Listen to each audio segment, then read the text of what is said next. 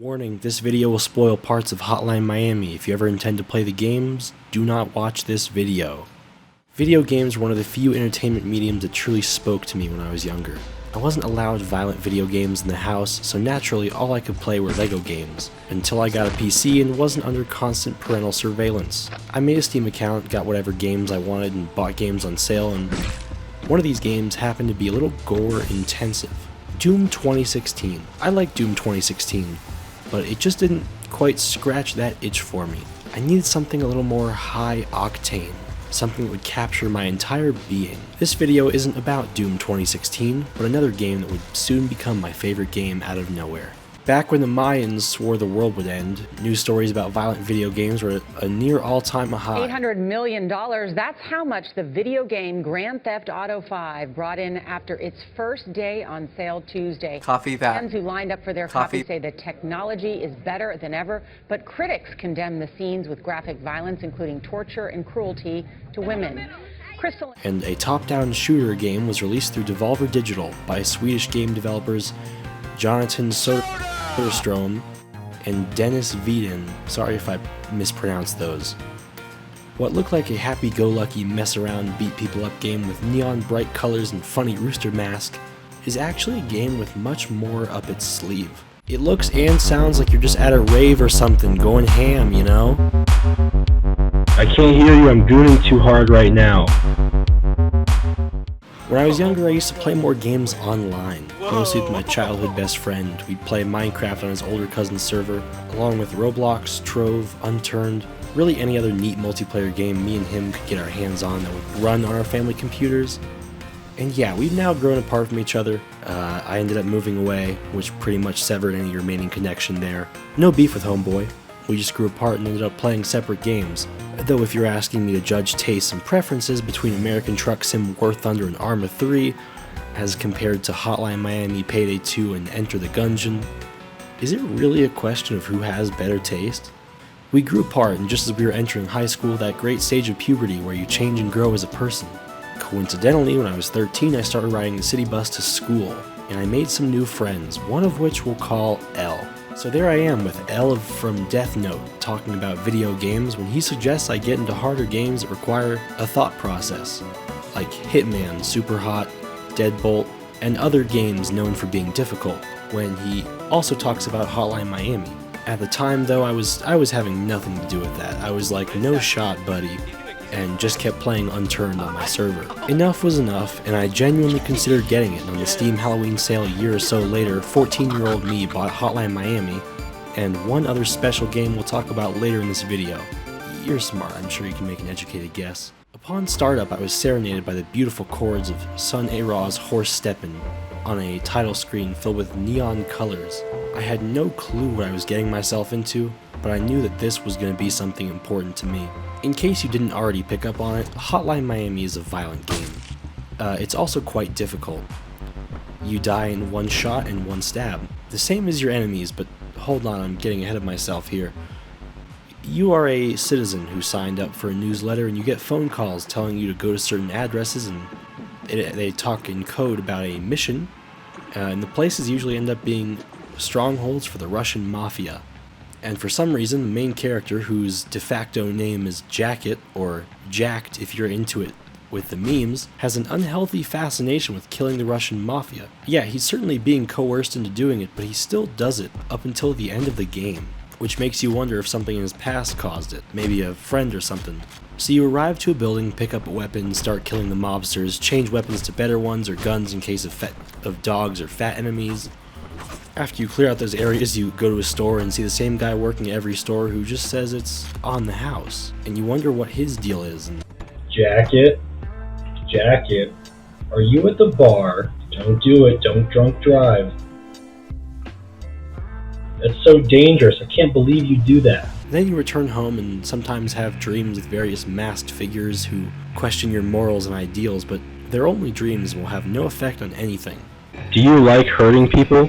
You clear out these strongholds one by one, save a girl inside who essentially becomes the main character's girlfriend. Then you get called to stop a disturbance, a biker who found where the phone calls are sent from who you have to kill. Couple missions later, you return from your duties to find a man on your couch with a rat mask and a submachine gun who shoots you.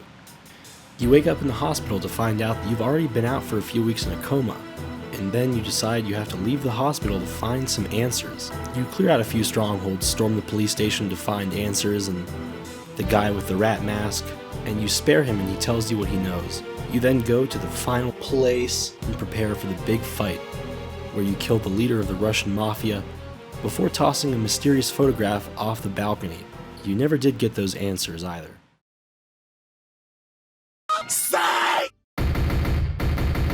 The game isn't over yet. Remember that biker? Yeah, for the last few levels of the game, you play as the biker who offers a different playstyle, with 3 throwing knives and a cleaver that can kill fat enemies and dogs. The biker levels culminate in a boss fight where you fight Jacket, but contrary to what the player remembers, Biker easily wins the fight. And then the biker goes on to find the people in charge of the organization, and either kill them or spare them, and drive away out of Miami. And bim bam boom, that's the game. This game completely floored me, and when I was done with it, I wanted more. I craved more. Like the Richard Mask said, you know, maybe I don't like hurting people, but fuck, I do like playing this game. The art style just works flawlessly. Masks fit the aesthetic and the color scheme perfectly. The neon colors scream 1980s, and listen man, I wasn't around then, but there's no way you can tell me this wasn't the late 80s or the early 90s. This is right out of Vice City. And I wasn't the only one who wanted more. You know, games that based on strategy that require methodical yet non-overbearing planning and a fun gameplay loop are a perfect recipe for people like me. There's a reason people like strategy games like Chess, Risk, Payday 2, Elden Ring, Fallout New Vegas. Are those even? I don't know. So when Hotline Miami 2 came out with bigger levels, more characters with guns, and much more methodical enemy placement, you had to think outside the box in some scenarios about just how to complete each level. Denaton Games brainstormed the idea of a sequel expanding the story around the first game, adding a map editor which was not introduced until later and only on PC, and a plethora of new quality of life features. Guns don't shoot through enemies when they're right in front of you now, and they feel less floaty. Your character's movements has some weight to it, and enemies aren't just doing whatever they want, they don't just wander aimlessly, and there's some general polishing too. Plenty of new and difficult levels, not even mentioning the secret hard mode, and a whole new soundtrack that hits just as hard, if not harder, than the first, with tracks like Roller Mobster and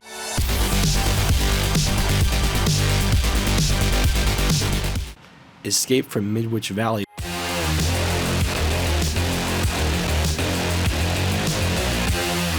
From French electronic musician slash band Carpenter Brut?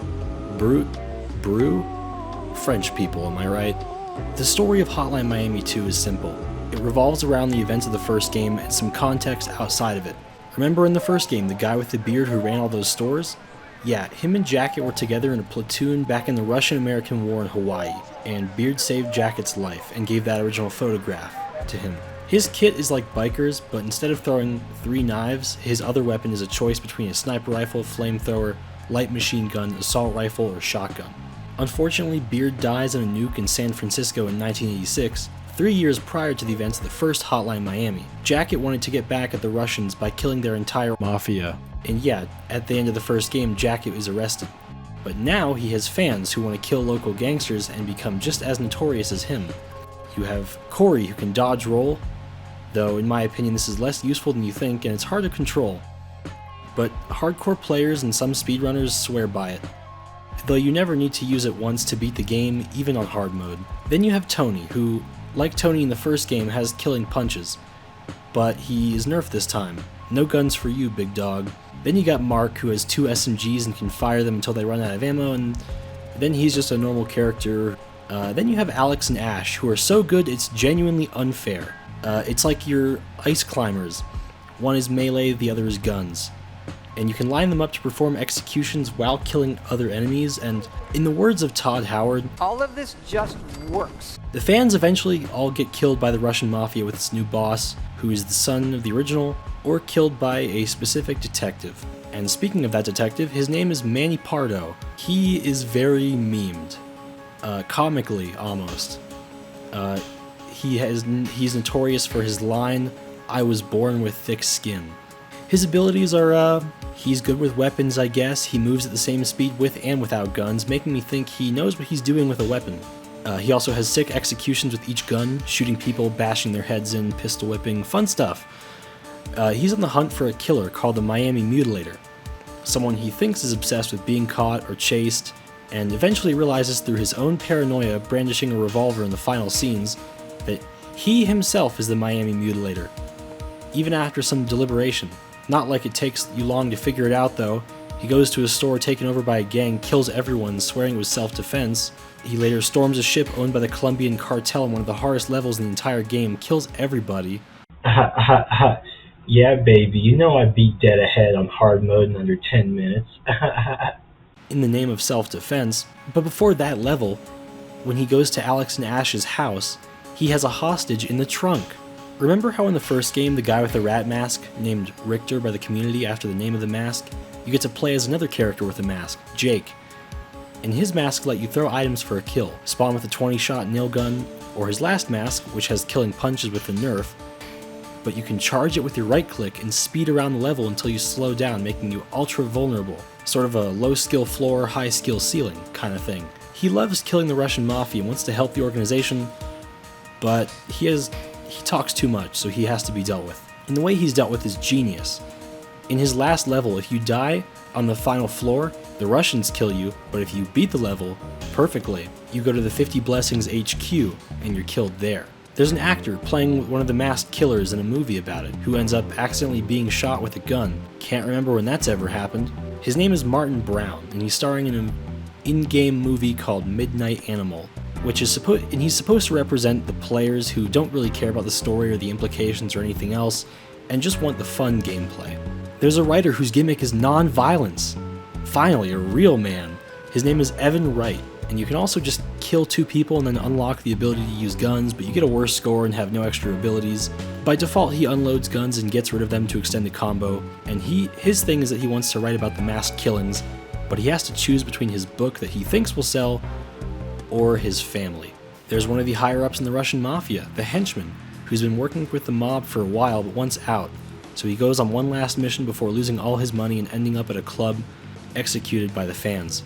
In one of the most glorious opening sequences I've ever seen. I'm sorry, everyone talks about it, but I have to show you.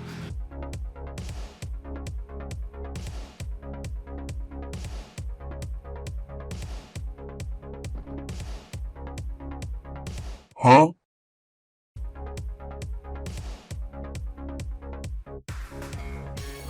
Oh shit.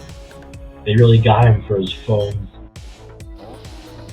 His gimmick is cool. He starts his level with a 12-shot silenced pistol, and he also is the only character who has the skateboard as a weapon. Fucking love the skateboard, dude. There's a few more, but you get the gist. Each character has their own motives and purpose, and I want to save you some of the fun so you have to play the game. I can't tell you everything, that would ruin the fun of the game. Anyway, yeah, certain masks in the first game and characters and abilities in this one change how you play. Alex and Ash are a good example, right?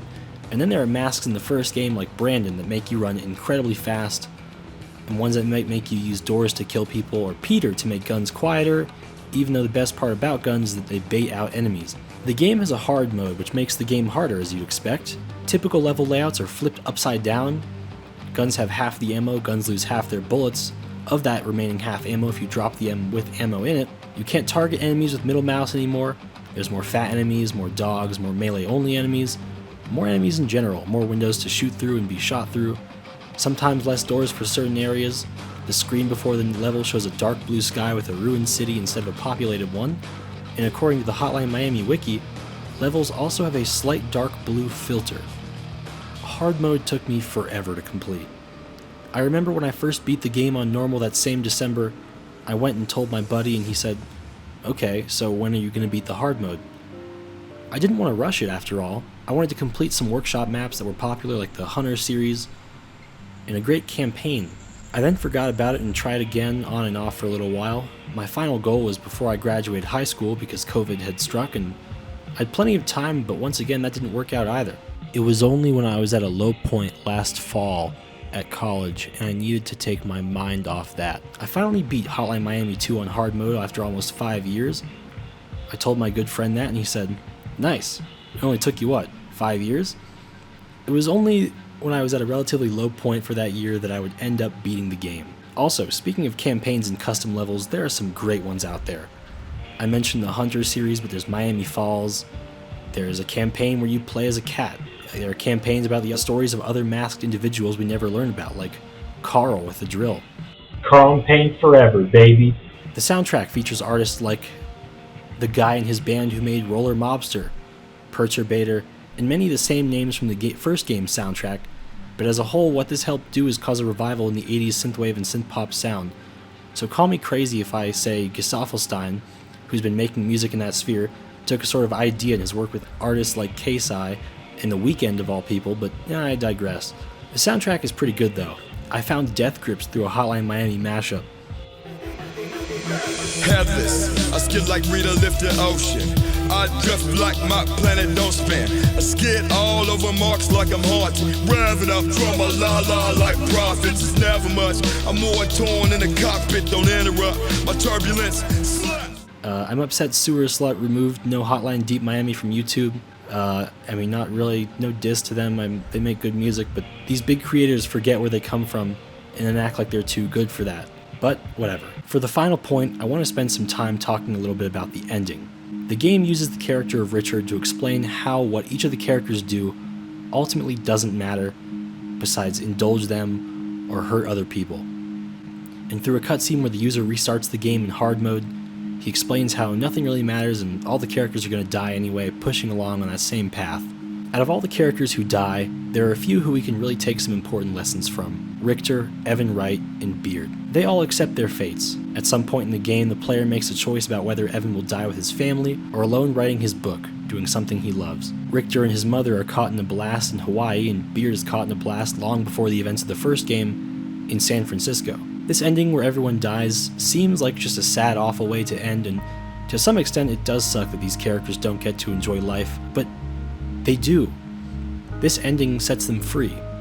Evan can spend some time with his family again and leave the mass killings in the past, or finish writing his book and doing what he loves. Richter can get away from his past, and his mother can be without pain. And not to romanticize death, but it's what these characters needed. These three characters specifically aren't paranoid and worrying about their fates, like Jacket in his prison cell, or Pardo brandishing a revolver sitting on the ground in his apartment. I was initially drawn to Hotline Miami not because it was a strategy game or a violent video game, but because like many things in life, it came into my life at a perfect time. Sometimes things come into our lives make us feel something that we either hadn't felt in a while or didn't know was something we were capable of feeling, encompassing our entire being and then disappearing after showing its true colors. And when my favorite games I would binge, like Unturned, were starting to take an exit from my life, I picked up Hotline Miami. So I was very happy to have that next hit, even though it wasn't as strong a high as an Unturned PvP. God, I cringe so hard saying that. It's still good, still loads of fun, and provides a damn good soundtrack, story, and feels that even 5 years later, since I bought it, still hit me just as hard as they did the first time.